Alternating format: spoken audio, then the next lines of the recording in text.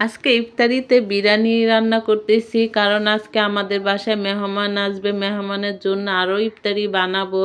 সেই কারণে আসসালামু আলাইকুম, আপনারা সবাই কেমন আছেন? আশা করি ভালো আছেন। সকাল সকাল ঘুম থেকে উঠে বাজারে গিয়েছি গরুর মাংস আনতে। গরুর মাংস আনতে গিয়ে গরুর মাংসওয়ালা লোককে বললাম ছোট ছোট করে পিস করে দেন। আমার বাড়িতে কিন্তু সময় নাই এই পিস করার জন্য। সেই আঙ্কেলটা ভালো আছে, ছোট করে পিস করে আমাকে একবারেই দিয়েছে, যে এরকম করে পিস করে দিয়েছে। আমি ঘরে এসে আর কিন্তু কাটাকাটি করি নাই, তাড়াতাড়ি করে রান্না বান্না করছি, যেহেতু 4টা বাজে আমি রান্না করে আসছি। আমার ছোট্ট একটা বেবি আছে, ওকে আমার সামলাইতে হয়, ওর জোরে খাওয়াইতে হয়, সম্পূর্ণ কাজ করতে হয়। বিরিয়ানির জন্য গোশটা আগে বসাই দিয়েছি, তারপরে আমি বড় একটা পাতিলে তেল দিয়ে কষাচ্ছি। পেস্টটা ভেজে নিলাম ভালো করে, পোলাও চাউলটাও দিয়ে দিলাম। তার কারণে আমি আগে বিরিয়ানিটা রান্না করে নিচ্ছি, কারণ ইফতারি বানাতে না পারলে আগে বিরিয়ানিটা দিয়ে ইফতারি করা হয়ে যাবে। সেই জন্য আমি আগে বিরিয়ানিটাই বসায় দিলাম। পোলাওটা ত্যাগের মধ্যে দিয়ে আরো ভালো করে ভেজে নিয়েছি তেলের সাথে মিক্সড করে। তারপরে আমি মাংসটা ঢেলে দিয়েছি।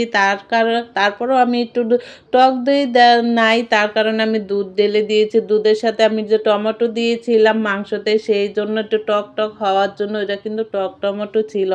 এখন আমি সব উপকরণ একসাথে দিয়ে আমি ভালোভাবে নাড়াচাড়া করে দিচ্ছি। এদিকে প্রায় বিরিয়ানিটা হয়ে আসছে। আমি এখন এই যে কাঁচামরিচ দিয়ে দিচ্ছি। কাঁচামরিচটা আমি প্রথমে দিই নাই, কারণ বাচ্চারা খাবে, যদি ঝাল লাগে তারা খাইতে পারবে না, সেই জন্য। এদিকে আমার বিরিয়ানিটা হয়ে আসছে আল্লাহর রহমতে। আমি ভাবছিলাম আমি ইফতারি বানাতে পারবো না আজকে, এই জন্য পরে এখন বিরিয়ানি রান্না শেষ করে এখন আমি ইফতারি বানাইতে আইসা পড়ছি। এদিকে ইফতারি বানাচ্ছি এক চুলায়, আরেক চুলায় আমি বিরিয়ানিটা বসাই দিয়েছিলাম। বিরিয়ানিটা আমি একটু পরপর উল্টায় পাল্টায় দিচ্ছি, যাতে ভালোভাবে নরম মোলাম হয়ে ওঠে।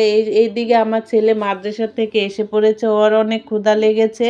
যেহেতু বিরিয়ানিটা এখনো একটু শক্ত রয়েছে, তার জন্য বললাম তাহলে আমি একটা ডিম ভাজি করে দিই, তুমি ভাতটা খেয়ে নাও। ও বললো ঠিক আছে আম্মু, ডিমটা ভেজে দাও। ডিম আমি ভালোভাবে ভেজে দিয়েছি। ও আবার মরিচ পেস্ট দিয়ে অনেক পছন্দ করে, সেই জন্য ডিমটা আমি ভেজে দিলাম। ভাজতে ভাজতে এইদিকে একটা কথা মনে পড়েছে। আমার ছেলে বলছিল, আম্মু একটা হাসির একটা কথা বলছিল। পরে আমি বললাম এত হেসো না, হাসলে কপালে দুঃখ আসে। পরে আমার একটা কথা মনে পড়লো, সবাই তো বলে হাসলে কপালে দুঃখ আসে, কিন্তু বেশি কাঁদলে কেন সুখ আসে না। এদিকে আমি ডিমটা পিস করে দিচ্ছি, যেহেতু এখানে আমি 3টা ডিম দিয়েছিলাম, 3টা পিস করে দিয়েছি, যেহেতু বিরিয়ানির সাথেও খেতে পারবে অনেকে। বিরিয়ানিটাও হয়ে আসছে, যে উল্টায় পুল্টায় দিচ্ছি। আমি আলু দিয়ে বিরিয়ানি রান্না করেছি, যেহেতু ছোট বাচ্চারা খাবে। ছোট বাচ্চারা কিন্তু আলু বেশিরভাগ পছন্দ করে। আজকে এই পর্যন্তই। আমার ভিডিওটি কেমন লেগেছে কমেন্টে জানাবেন।